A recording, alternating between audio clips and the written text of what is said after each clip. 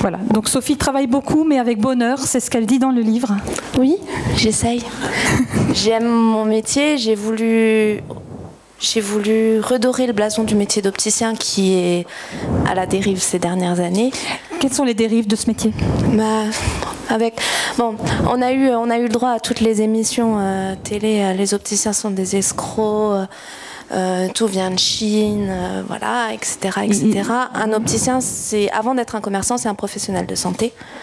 On travaille en direct avec les ophtalmologues, les orthoptistes, etc. On est là pour corriger un besoin visuel. On n'est pas dans un commerce de textile, etc.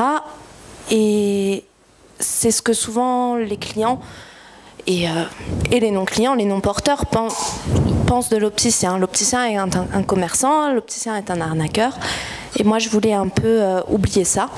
En tirant le métier vers le haut, un petit peu comme nos amis tout à l'heure. Voilà, donc j'ai choisi d'être opticien indépendant, sans enseigne.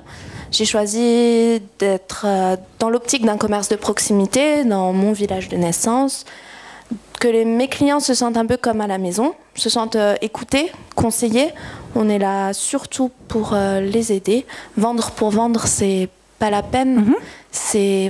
On va essayer de répondre au maximum aux besoins.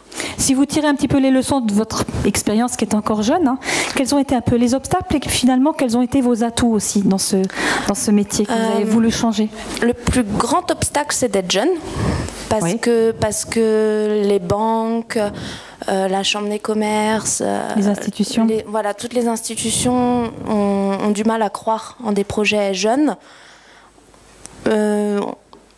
Et d'être jeune, ça va aussi être le plus grand avantage au final, parce que quand on est jeune, on a de l'espoir et on a envie d'aller au bout de ses rêves. Et voilà, mon rêve, c'était d'un jour exercer mon métier comme je le voyais, comme je l'ai appris, et pas comme on entend en ce moment un peu partout.